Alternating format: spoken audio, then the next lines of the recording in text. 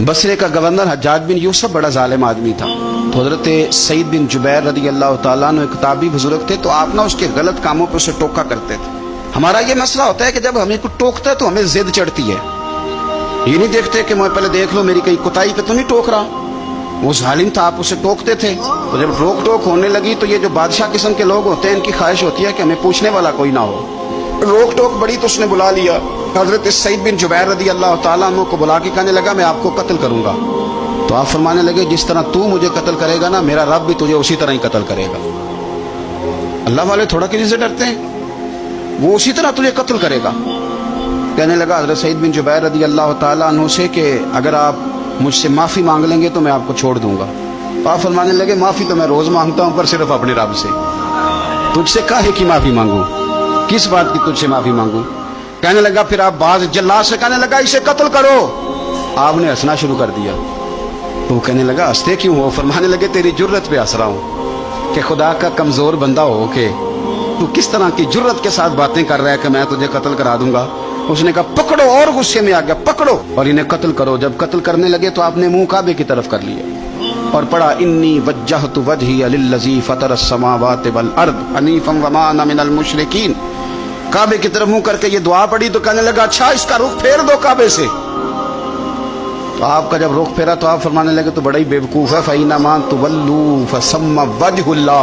तुम्हें पता नहीं मुंह जिधर भी करे अल्लाह उधर ही होता है।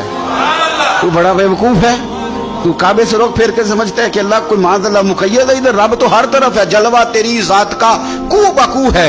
मैं जिधर देखता हूँ उधर तू ही तू है, जिधर देखता हूँ उधर। जे मैं तेनू अंदर जाना तो फिर मुक़य्यद जाना, तो जे मैं तेनू बाहर जाना तो अंदर कौन समाना। अंदर भी तू है ते बाहर भी तू है ते बुल्ला कौन नुमाना। फरमाया कि भाई हर तरफ ही अल्लाह है। अब उसने पता क्या किया, आपको जब कत्ल करवा रहा था ना तो हज़रत सईद बिन जुबैर ने हाथ उठाया कि अल्लाह मेरे बाद इसे किसी और को कत्ल करने का मौका ना देना। मैं इतनी बात किसी और पर इसे मुसल्लत ना करना। हज़रत सईद बिन जुबैर कत्ल हुए, शहीद हुए तो इतना खून बहा, इतना खून बहा कि खून बंद ही नहीं होता, इतना खून। वो कहने लगा वजीरों से, मुशीरों से, तबीबों से कि इतना खून।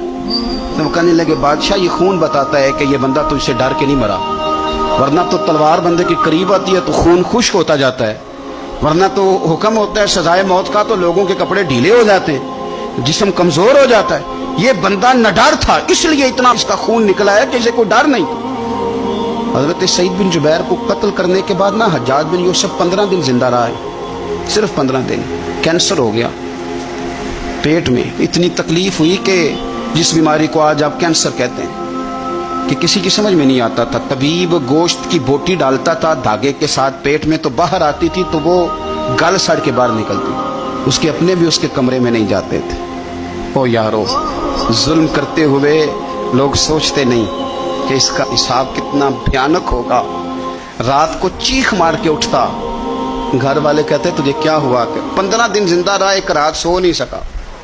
वो कहता था जब भी मैं सोता हूँ तो सईद बिन जुबैर मेरी ख्वाब में आते हैं और मेरी टांग पकड़ के घसीटते हैं तो मेरी आंखें खुल जाती हैं। ये जो बद्दुआएं हैं ये तुम्हारे बिस्तर तक तुम्हारा पीछा करती, ये नींदों में सुराख कर देती। लोग कहते हैं पता नहीं क्या बात है, सोया नहीं जाता। तो मैं कहता हूँ पता कर लो, शायद को बात निकल ही आए। पता कर लो, देख लो, गौर कर लो, तवज्जो कर लो, शायद को बात निकल आए। अगर निकल आए ना तो फिर तौबा कर लो, और अगर निकल आए तो फिर माफी मांग लो। अगर निकल आए तो फिर अल्लाह से डर जाओ, अगर निकल आए तो फिर एहतियात कर जाओ। लेकिन बातें निकलने पर भी हम मानने को तैयार। तो ये मत समझे कि जब इंसान किसी का जुल्म करेगा तो वो चैन की नींद सोएगा। जी हो सकता जैसा करोगे फिर वैसा